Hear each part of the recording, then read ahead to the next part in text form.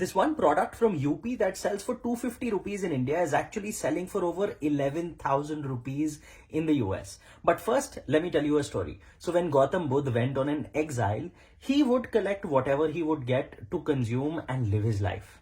At one point, he was passing through a town when he noticed a lot of people coming towards him to seek his blessings.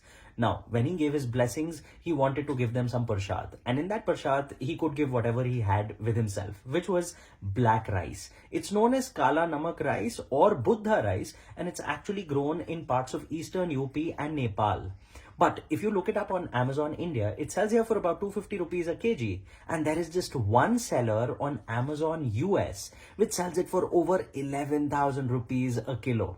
Now, Buddha, when he gave away that rice, said that this, my parshad, whenever anyone consumes, will remind them of me. Now, remember the significance of the story and the number of Buddhists around the world.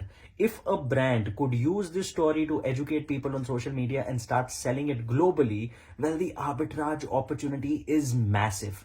I've given a lot more details in the description. Share it with someone who may need it.